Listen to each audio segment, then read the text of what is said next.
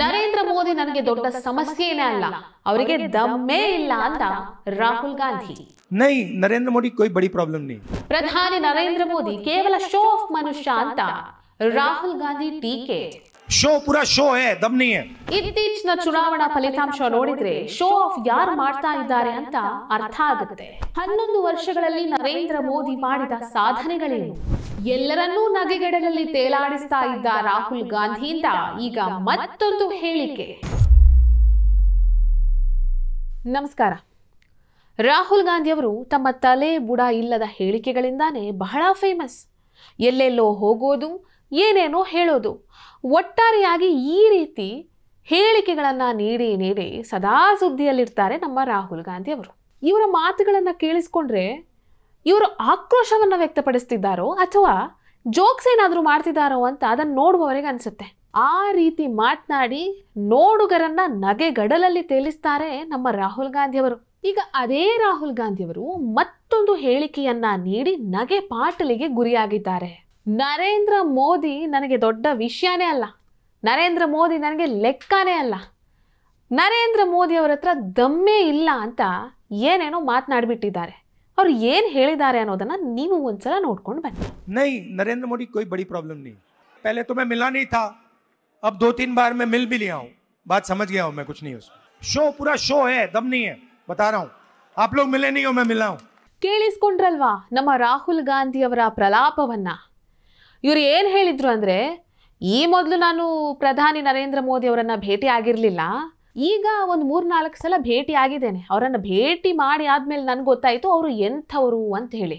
ಪ್ರಧಾನಿ ನರೇಂದ್ರ ಮೋದಿ ಅವರು ನನಗೆ ದೊಡ್ಡ ಸಮಸ್ಯೆನೇ ಅಲ್ಲ, ಅವ್ರ ಲೆಕ್ಕನೇ ಅಲ್ಲ, ಅವರದ್ದು ಬರೀ ಶೋ ಆಫ್ ಮಾತ್ರ, ಅವರಿಗೆ ದಮ್ಮೇ ಇಲ್ಲ ಅಂತ ರಾಹುಲ್ ಗಾಂಧಿ ಅವರು ಹೇಳಿದ್ದಾರೆ. ಸರಿಯಪ್ಪ, ಪ್ರಧಾನಿ ನರೇಂದ್ರ ಮೋದಿ ಅವರದ್ದು ಶೋ ಆಫ್ ಮಾತ್ರ, ಅವರಿಗೆ ದಮ್ಮೇ ಇಲ್ಲ. ಹಾಗಾದರೆ ಇತ್ತೀಚಿನ ಚುನಾವಣೆಯ ಕೆಲವು ರಿಸಲ್ಟ್ಗಳನ್ನು ನಾನು ಹೇಳ್ತಾ ಹೋಗ್ತೀನಿ. ಅದನ್ನು ನೋಡಿದರೆ ಯಾರದ್ದು ಶೋ ಆಫ್, ಯಾರಿಗೆ ದಮ್ಮಿದೆ, ಯಾರಿಗೆ ದಮ್ಮಿಲ್ಲ ಅನ್ನೋದು ನಿಮಗೆ ಅರ್ಥ ಆಗುತ್ತೆ. ಗುಜರಾತ್ನಲ್ಲಿ ನಡೆದಂತಹ ಚುನಾವಣೆಯಲ್ಲಿ ಬಿಜೆಪಿ ಪಡೆದಂತಹ ಸೀಟ್ 156, ಕಾಂಗ್ರೆಸ್ 17. ಮಹಾರಾಷ್ಟ್ರದಲ್ಲಿ ಬಿಜೆಪಿಗೆ 132, ಕಾಂಗ್ರೆಸ್ಗೆ 16. ಒಡಿಶಾದಲ್ಲಿ ಬಿಜೆಪಿಗೆ 78, ಕಾಂಗ್ರೆಸ್ಗೆ 13. ಯುಪಿಯಲ್ಲಿ ಬಿಜೆಪಿಗೆ 255, ಕಾಂಗ್ರೆಸ್ಗೆ 2. ದೆಹಲಿಯಲ್ಲಿ ಬಿಜೆಪಿಗೆ 48, ಇದೇ ರಾಹುಲ್ ಗಾಂಧಿಯವರ ಕಾಂಗ್ರೆಸ್ಗೆ ದೊಡ್ಡ 0. ಈ ಚುನಾವಣೆಯ ಫಲಿತಾಂಶಗಳನ್ನು ನೋಡಿದ್ರೆ ಗೊತ್ತಾಗುತ್ತೆ ಯಾರಿಗೆ ದಮ್ಮಿದೆ, ಯಾರಿಗೆ ದಮ್ಮಿಲ್ಲ ಅಂತ. ರಾಹುಲ್ ಗಾಂಧಿ ಅವರಿಗೆ ಪ್ರಧಾನಿ ಮೋದಿ ಅವರ ಶಕ್ತಿ ಏನು ಅಂತಾನೆ ಅರ್ಥ ಆಗಲಿಲ್ಲ. ಅದೇ ಅರ್ಥ ಆಗದೆ ಇವರು ಚುನಾವಣೆಯಲ್ಲಿ ಗೆಲ್ತಾರಾ? ಚುನಾವಣೆಯ ವಿಚಾರವನ್ನು ಪಕ್ಕಕ್ಕಿಡಿ. ಈಗ ಆಡಳಿತದ ವಿಚಾರವನ್ನು ಮಾತನಾಡೋದಾದರೆ, ಆಡಳಿತದ ಬಗ್ಗೆನೂ ಅಷ್ಟೇ ನಮ್ಮ ರಾಹುಲ್ ಗಾಂಧಿ ಅವರಿಗೆ ಪ್ರಧಾನಿ ನರೇಂದ್ರ ಮೋದಿ ಅವರ ಬಗ್ಗೆ ಏನೇನೂ ಗೊತ್ತಿಲ್ಲ. ಅವರಿಗೆ ಗೊತ್ತಿರದಂತಹ ಕೆಲವೊಂದಿಷ್ಟು ವಿಚಾರಗಳನ್ನು ನಾನು ಹೇಳ್ತಾ ಹೋಗ್ತೇನೆ.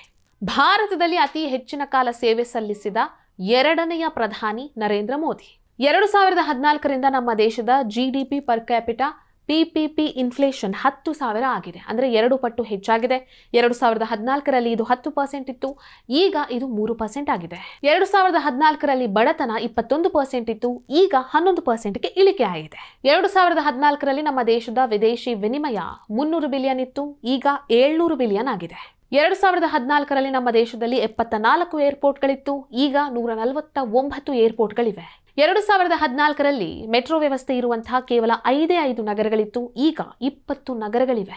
2014ರಲ್ಲಿ 21,000 ಕಿಲೋಮೀಟರ್ ರೈಲ್ವೆ ನೆಟ್ವರ್ಕ್ ಎಲೆಕ್ಟ್ರಿಫೈಡ್ ಆಗಿದೆ, ಈಗ 62,000 ಕಿಲೋಮೀಟರ್ ರೈಲ್ವೆ ನೆಟ್ವರ್ಕ್ ಎಲೆಕ್ಟ್ರಿಫೈಡ್ ಆಗಿದೆ. 2014ರಲ್ಲಿ 676 ಯೂನಿವರ್ಸಿಟಿಗಳಿತ್ತು, ಈಗ 12,000 ಯೂನಿವರ್ಸಿಟಿಗಳಿವೆ.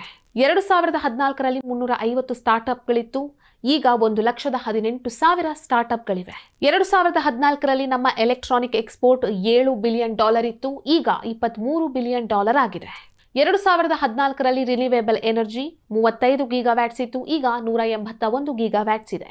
2014ರಲ್ಲಿ ಸೆನ್ಸೆಕ್ಸ್ 25,000 ಇತ್ತು, ಈಗ 82,000 ಇದೆ.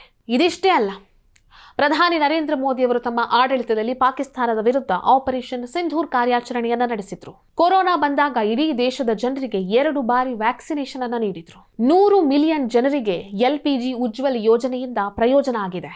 ಆರ್ಟಿಕಲ್ 370 ಅಬ್ರೋಗೇಷನ್ ಮಾಡಿದ್ರು. ಬಾಲಾಕೋಟ್ ಸ್ಟ್ರೈಕ್ ನಡೆಸಿದ್ರು. 112 ಮಿಲಿಯನ್ ಸ್ವಚ್ಛ ಭಾರತ್ ಟಾಯ್ಲೆಟ್ಗಳ ನಿರ್ಮಾಣ ಆಯಿತು.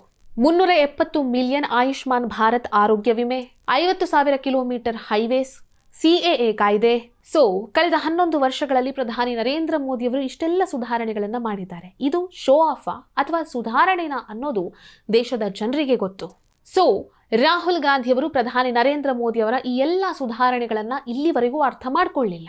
ಮೊದಲು ನೀವು ಅರ್ಥ ಮಾಡ್ಕೊಳ್ಳಿ, ಅದಾದ ಮೇಲೆ ಪ್ರಧಾನಿ ಆಗುವಂಥ ಕನಸನ್ನ ಕಾಣಿ. ಈ ವಿಡಿಯೋ ನಿಮಗೆ ಇಷ್ಟ ಆಗಿದ್ದಲ್ಲಿ ಲೈಕ್ ಮಾಡಿ, ಶೇರ್ ಮಾಡಿ, ಕಮೆಂಟ್ ಮಾಡಿ.